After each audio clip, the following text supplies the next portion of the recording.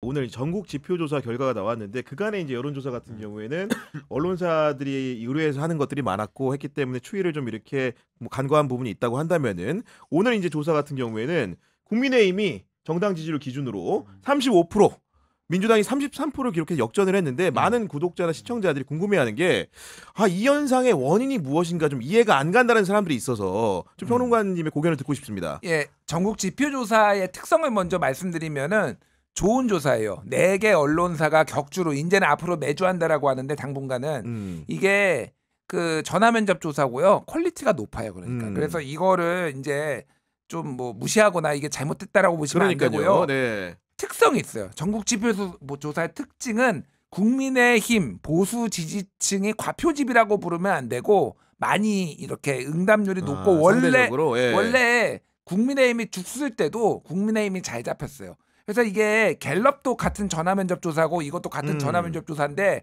갤럽보다도 국민의힘이나 이 보수가 좀 더 잘 나오거든요. 그 이유 중에 하나가 뭐냐면은 예를 들면 갤럽은 이게 권역별로 하잖아요. 네. 권역별로 하는데 갤럽은 부울경을 하면은 부울경을 한 묶음으로 해요. 맞아. 예. 그렇게 하는데 여기 전국 지표조사는 부산 따로, 울산 따로, 경남 따로 이렇게 합니다. 전화를. 그래서 이게 소위 말해서 농촌 지역의 분들이 더 많이 들어가요. 그러니까 상대적으로 약간의 생내적 보수 뭐 이런 거 있잖아요. 그러니까 그런 분들의 이제 민심이 좀 더 많이 반영된다라는 거고 같은 전화 면접이라도 그러니까 도시 사람들께 더 이제 많이 반영되는 게 갤럽 조사. 이렇게 좀 얘기인지 알 것 같아요. 차이를 보시면 될 것 같고 보수 결집 현상은 분명히 있어요. 맞아요. 보수 결집 현상은 있는데 이제 제가 이제 말씀드리는 거는 35고 국힘이 민주당이 34이면 둘이 합치면 얼마인가요? 68이에요. 68에 뭐 다른 정당 이렇게 하면은 70에서 80 정도, 80 정도 나오거든요. 그렇습니다. 네.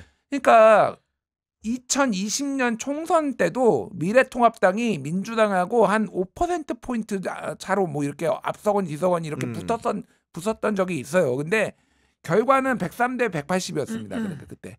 그러니까 그때의 특징이 보수가 다결집하고 그리고 보수가 해볼 만하다라고 생각했는데 황교안은 정광훈 옆에 서서 정광훈당 이미지를 가지고 있고 결국은 중도에서 게다가 이제 코로나까지 오면서 재난지원금 반대하고 이게 이제 결정적 실책이었는데 그러면서 중도에서 확 쏠려버렸거든요. 그러니까 지금 이게 요 얘기를 한번 해볼게요. 대선 얘기를 이제 짧게 얘기를 하면은 지금 국민의힘이 윤석열 때문에 굉장히 오른쪽으로 많이 가 있어요. 지금 맞아요. 지금 정광훈당이 됐어요. 여기는 국민의 자유통일당으로 빨리 당명을 합당해서 변경하라 제가 이런 얘기를 하는데 윤석열 탄핵이 되는 순간 2달 60일 안에 대선을 치러야 되잖아요. 그럼 바로 대선 경선 들어가야 돼요. 그렇죠.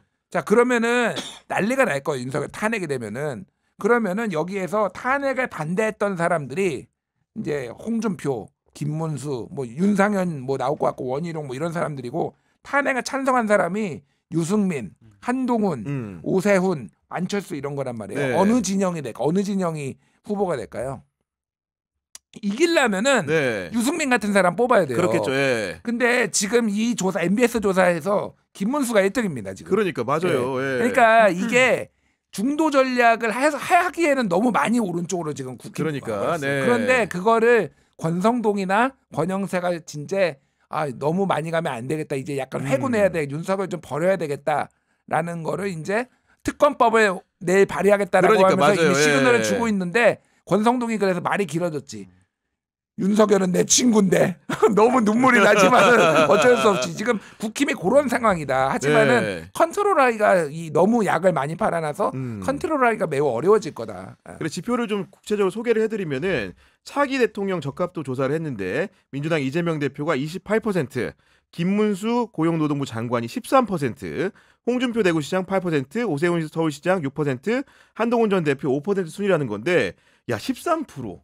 두 자릿수는 저도 사실 굉장히 놀라웠어요.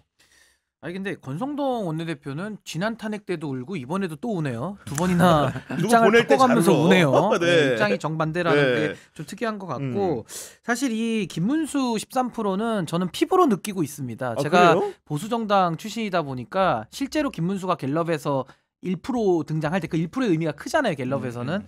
그때도 저한테는 지역의 어르신들이 저한테 연락이 자주 오셔가지고 김문수가 미래다라는 얘기를 저한테 많이 하셨어요. 진짜로? 밑바닥에서. 예. 평소에 전화 없던 분들이 보수가 유승민도 싫고 이준석도 싫고 한동훈도 싫다는 거예요. 심지어 그때도 윤석열 싫다 그랬어요. 그때도 그 비상계엄 전에도. 네. 그래서 이제는 김문수의 시대가 열린다 해서 제가 한 이런 전화를 오는 것도 참 특이하지만 한두 명이 아니어가지고 그것도 우리 그 조그마한 그 지역에서 그래서 네. 야, 이거 좀 이상한데 그랬는데 진짜로 최근에도 제가 새벽에 이따만한 문자를 받았습니다. 장문에 왜 김문수가 돼야 하는지를. 이유는 뭐라고 적혀 있습니까 혹시? 구구절절이요. 제가 나중에 끝나고 보여드릴게요. 그러니까 이만큼씩 써서 저를 이제 설득하려고 하는. 그러니까 이분들이 이미 김문수로 마음을 보냈을 뿐만 아니라 이렇게 적극적으로 알리는 역할을 지금 이미 하고 있어요. 네. 저는 그 결과가 여기 반영이 된 거다. 그러니까 이 여론은 이거 가짜다라고 볼 수가 없는 거예요. 실제로 이런 여론이 있다. 이게 맞는 거고요. 근데 지금 이제 핵심은 그거잖아요. 왜 민주당이 국민의힘보다 낮게 나오냐. 네, 그렇지. 이 내란 상황까지 그렇지. 겪었는데. 예. 저는 사실 민주당이 저는 뭐 이제 긴장해라 이런 말 이제 해도 안 먹히고 아마 민주당이 정말 식겁할 날이 저는 온다고 봅니다. 그게 왜 그러냐면 민주당 입장에서 지금 너무 유리한 환경이에요. 왜냐면 보수가 또 분열될 게 맞아. 예. 뻔히 보이고 하다 맞아요. 보니까 네.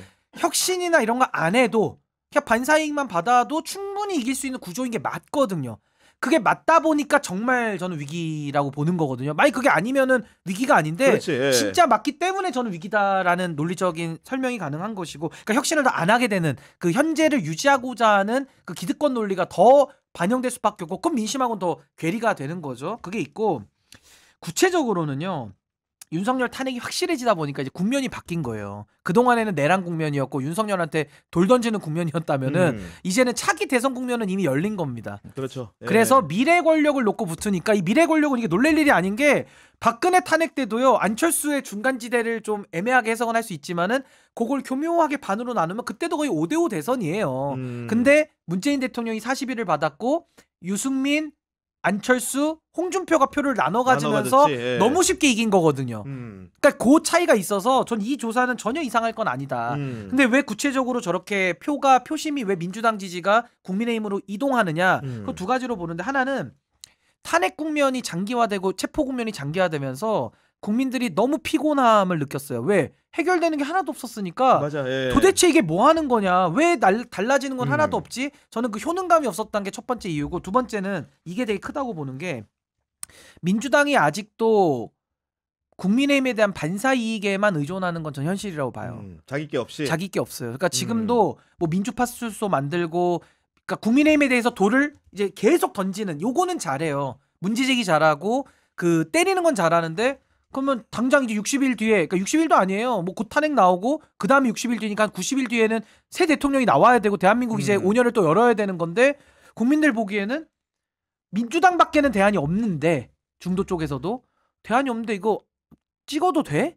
이런 의구심이 동시에 있는 거예요, 이게 지금. 그러니까 저는 민주당한테도 이건 제가 고언인데, 그분들을 자기 편으로, 자기 지지자로 데리고 오려면은 당연히 확장 전략 써야 돼요. 그러면은 그 안에서도 국민들이 비호감이라고 하는 분들 많거든요. 여전히 지금 마이크 잡고서 너무 많이 나와 있는 분들 많아요. 예. 제가 민주당에서 전략을 많이 짠다 그러면 그분들 뒤로 다 빼야 돼요. 사실은 빼야지 국민들 보기에는 좀 민주당이 바뀌었구나라는 걸 아는데, 그게 지금 안 되고 있고, 제일 뼈아픈 부분은 대한민국에 대한 그 미래 비전 본부 만들었지만 그 다음에 구체적인 담론들을 못 만들어냈어요. 물론 비상계엄을 정리하다 보니까 민주당이 계엄 정리해서 너무 잘했고 또 점수 많이 딴 것도 있어요. 근데 국민들의 수준에는 그것만 갖고는 지금 이 새해 미래를 맡길 만큼의 안정감은 못 주고 있다. 요 두 가지를 저는 처리를 못하면은 아마 네. 민주당도 앞으로 가면서, 이게 워낙 우리 한국 정치가 변화무쌍하다 보니까 그러니까, 좀 위기 네. 국면이 전 한두 번은 올 거라고 봅니다. 그러니까 결국은 특검 처리라는 것도 내일 오전 11시에 양당 원내대표가 만나서 협상을 하게 되는데, 국민의힘이 자체안을 지금 만들어 온다는 거죠. 그러면서 이제 대법원장 추천을 유지하겠다, 이런 얘기를 해놓은 상황이고, 그러니까 특검의 키 같은 해결 열쇠 같은 경우에도 국민의힘이 주도권을 가지고 행사할 수도 있는 국면도 없지 않은 겁니다, 지금 보면은. 그러니까 국민의힘 입장에서 보면은 사실은 권성동 원내대표는 만약에 이게 당론으로 반대를 했는데 이게 통과가 돼 버리면은 권성동이 책임져서 물러나라고 할 수도 있거든요. 그렇죠. 네. 그러니까 이제 본인이 여기에서도 적당하게 이제 풍선이 빵빵하다 보니까 이제 좀 바람을 빼는 전략인 네. 것 같고요.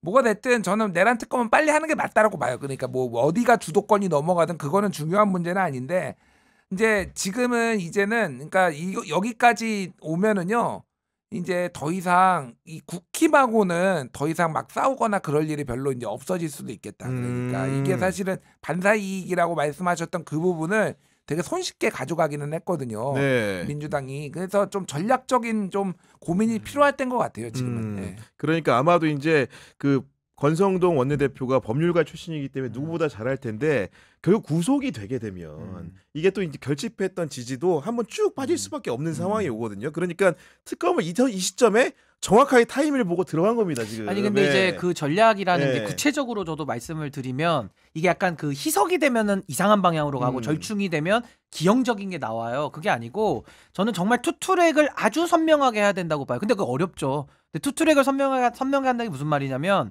내란 상황을 종식시키는 거. 그러니까 저는 여기에서는 타협이 1도 들어오면 안 된다고 봐요. 그러니까 가장 강력한 응징과 내란 세력에 대한 청산 의지, 국민들이 이거 굉장히 많이 갖고 있거든요. 그렇겠죠. 네. 이거를 민주당이 해줘야 될 또 의무가 있고 책임이 있기 때문에 저는 민주당이 내란 세력과는 절대 타협하지 않는다라는 가장 강력한 저는 행동을 실제로 보여줘야 된다. 그 첫 번째 트랙이고 두 번째 트랙은 그거와 동시에 정말 대한민국을 그러면 앞으로 이 선장이 됐을 때 네. 어떤 나라 만들지에 대해서 그냥 이제는 대한민국을 뭐 어떻게 만들겠다라는 그냥 말로만 갖고는 이게 네. 좀 힘들고 그동안에 있었던 그 지난 한 10년이라고 할까요? 그러니까 예를 들면 박근혜 탄핵부터 지금까지의 이 10년을 정말 냉철하게 복귀하고 뭐가 어디서부터 어떻게 잘못돼 와서 여기까지 온 것인지를 저는 좀 잘 짚어서 해결한다면은 저는 그 민주당이 이번 대선은 더 확실하게 이길 수 있는 거죠. 그래서 그 두 가지 확실하게 내란 종식 요것과 미래 비전에 대해서 지난 10년을 철저하게 반성하면서 새로운 나라를 만드는 그림들을 좀 그려줬으면 그럼 저는 가운데 있는 사람들도 마음을 좀 더 열어줄 수 있지 않을까. 알겠습니다. 오늘 이 이야기 마지막으로 간단하게 좀 해봤으면 하는데 김건희 여사 그 한남동 관저에 이제 유일무이한 당분간 주인이 됐습니다. 그 대통령 배우자로서 경호와 경비를 제공받는다고 하는데 도대체 지금 솔직히 저희는 그런 처지가 안 돼봐서 모르는데 어떤 심경일까요? 근데 저는 김건희는 멘탈 네. 꼿꼿할 것 같은데요. 그래요? 예. 그러니까 이거를 그냥 우리 같은 평범한 사람들로 생각하면 안 돼요. 그래서 저는 약간 이걸 좀 내재적으로 접근을 좀 하는 편이기 때문에. 내재적으로. 예. 아니 뭐 보통 정상적인 시각이면은 주가 조작 합니까 이렇게? 그리고 어머니가 잔고 증명 조작할 때 그거 같이 도와줘요? 그거 안 되거든요. 그러니까 저는 조금은 특이 케이스로 저는 접근해야 된다고 보고 지금 가장 중요한 게 윤석열 체포는 됐습니다만은 여기에 대해서 우리가 집중을 너무 한 나머지 김건희가 싹 지워졌어요. 그러니까 여기에 대해 가지고는 김건희 출국 금지 여부. 그러니까 저는 반드시 이것도 조국혁신당에서 잘했다고 저는 보는데 바로 정말 출국 금지 내사 단계에서도 출국 금지 다 하거든요. 네. 그러니까 반드시 지금 출국 금지를 해야 되는 것이고 전 이거를 좀 국회에서 법무부 차관에게 전 확인을 해야 된다고 봅니다. 했는지 안 했는지 여부를 확실하게. 그래서 안 했으면 당장 하라고 저는 빨리 하는 게 촉구를 맞다. 해야 돼요. 네. 그래서 외국으로 도망갈 수 있기 때문에 그리고 저는 김건희 특검도 지금 국민의힘이 계속 빗장으로 막아가지고 여기까지 너무 불필요하게 오래 끌었거든요. 빠르게 특검 통과시켜서 저는 김건희도 동시 수사 전 해야 된다고 봅니다. 이게 보통 뭐 정치인들 뭐 가족들 한 번에 수사하면 안 된다 이렇게 얘기를 하는데 윤석열 대통령이 그 얘도 깼고요. 뭐 깼기 때문에 그렇게 하자 이 뜻은 아니지만 결과적으로 김건희의 죄가 사실은 윤석열의 죄보다 훨씬 더 많고 커요. 그러니까 저는 윤석열 내란 수계로 간다 그러면 김건희는 죄가 더 많기 때문에 네. 더 강력하게 수사해야 된다고 저는 봅니다. 그러니까 지금 창원지검 수사 얘기도 속보가 많이 전해지다 보니까 뭔가 김건희라는 사람을 상대로 해가지고 강제적인 처분이 좀 있어야 되지 않을까 뭐 이런 얘기가 나오는데 근데 통상적인 이제 과거의 사례들을 살펴보면은 그 대통령과 영부인을 동시에 처벌하는 경우가 사실은 많지는 않았거든요. 과거의 전례지만은. 네. 뭐 대통령과 영부인뿐만이 아니라 네. 그러니까 처벌받은 영부인이 거의 없죠. 솔직히. 거의 없는 게 아니라 없어요. 제가 볼 때는. 그러니까 조사만 받고 조사만 네. 받았지. 뭐 노무현 대통령 뭐 그때도 이제 권양숙 여사도 사실 조사만 받고 그랬죠. 그러니까 네. 제가 말씀드리는 거는 일단은 이 윤석열 김건희는 이 둘의 관계는 저는 권력 공동체라고 봐요. 그러니까 아주 좀 특이한 케이스예요. 그러니까 이렇게 정상적인 비정상적보다 일반적인 그 부부의 관계가 다르다라는 거기 때문에 이미 김건희는 이제 주판을 튕겼을 거예요. 그러니까 예전에 김건희가 윤석열 이렇게 묘사를 할 때 배 나왔지 뭐 방귀나 뿡뿡 끼지 뭐 내가 왜 데리고 사는 뭐 이런 얘기도 막 했잖아요. 그러니까 뭔가 정으로서 사는 것도 있고 사실은 이용하기 위해서 사는 건데 윤석열이 끝났을 때 본인이 어떤 식으로 이 난국을 헤쳐나가야 되는 거에 대해서 여러 계산이 일단 섰을 것이다 하는 거에서 거기에는 뭐 큰 멘탈이 흔들릴 것 같지는 않고 말씀하신 대로 김건희 특검 통과시키면 되는데 저는 조금 이제 속도 조절을 오히려 할 필요가 있다는 생각이 김건희 들어요. 특검법은 네. 끝났어요. 이미 검찰에서 이렇게 많이 뉴스타파를 비롯해서 지금 언론 수사 보도가 내용이 나왔는데. 줄줄줄 나온다라는 거는 이미 검찰에서도 지금 조금만 더 시간 지나면은요 이거 김건희 탈탈 턴다는 얘기예요 솔직히. 네. 지금 아직 윤석열이 이제 체포됐는데 이 정도 나오는데 윤석열의 탄핵 딱 되는 순간 다 털 겁니다. 그래서 이게 막 엄청 시급하냐 김건희가 그렇지는 않아요. 다만 뭐 그럴 가능성이 높지는 않지만은 출국 금지는 시켜놔야 되겠다. 혹시 무슨 짓을 진짜 또 만에 하나 모르기 때문에. 기상천외한 짓들을 하니까. 아니 근데 저는 조금 생각이 다른 게 전 특검을 당장 하면서 저는 강력한 특검 해야 된다고 보는 이유 중에 하나가 새 정부가 들어와서 또 수사를 하면 또 정치 보복 프레임에 가두려고 할 수가 있어서 그게 우려가 되니까 전 지금 그냥 특검을 너무 늦게 지체됐고요. 그러니까 지금이라도 저는 늦게라도 숙제를 해야 된다는 것이고 저는 이 특검하면서 수사 범위가 전 굉장히 확대될 걸로 확신하는데 지금까지 김건희 폰을 한 번도 본 적이 없잖아요. 증거인멸 많이 해놨겠죠? 근데 특검 들어가서 다 찾고 복원하고 하면요. 저는 김건희의 시한폭탄이 명태균도 나오지만은 이 검찰 조직이 와야 될 것 같아요. 지금 수뇌부들 중에 안전한 사람 있을까요? 제가 그 주가 조작 설명하거나 그 뇌물 할 때도 특수직무유기로 처벌해야 된다 그랬거든요. 그러니까 소위 말해서 특가법상에 나오는 뇌물이나 이런 것들 덮어준 검사들 특수직무유기로 다 처벌하게 돼 있습니다. 그래서 저는 김건희의 수사는 김건희 개인을 수사하는 게 아니라 뭐 검찰 해체, 전 거기까지도 나아가야 된다고 보는데 그 나아가는 과정 속에 검사 탄핵 이 정도 가지고 부족하고요. 김건희를 엄호했고 한 식구로 놀았던 그 검사들 있잖아요. 특수부 라인들. 전 이걸 특검을 통해 가지고 확실하게 이번에 뿌리를 뽑지 않으면 전 안 된다. 그래서 김건희 특검은 시간을 더 둘 게 아니라 지금 저는 강력한 특검을 도입을 해서 그래서 저도 자꾸 민주당에서 특검 양보하는 게 좀 이렇게까지 양보해야 되나? 양보한다고 뭐 따라오는 것도 아닌데 그래서 최대한 빠르게 전 여론을 통해서 네. 강력한 특검으로 저는 빨리 시작하고 검찰까지도 수사 다 들어가야 아니, 오히려 된다. 현실적으로 저래 본다면 봅니다. 창원지검이 상당 부분 수사가 진도가 나갔기 때문에 명태균 게이트 때문에 지금 국민의힘 반대하는 거잖아요. 그 부분만 빼고 다른 의혹들을 다 붙여서 특검법을 낸다면 오히려 거꾸로 통과 가능성이 높다고 저는 개인적으로 생각을 하고 있는데 아까 이제 그 평론가님 말씀하셨지만은 김건희 여사의 뭔가 이제 계산이 빠른 분이기 때문에 뭔가 이 상황에 대해서도 뭔가 본인의 정리가 있을 것 같은데 좀 어떤 계산을 하고 결론을 내렸을까요? 예. 일단 가장 중요한 거는 본인이 깜빵에 안 가야 되는 거잖아요. 저 깜빵 가나요? 이런 거 굉장히 관심 있는 거잖아요. 그분이.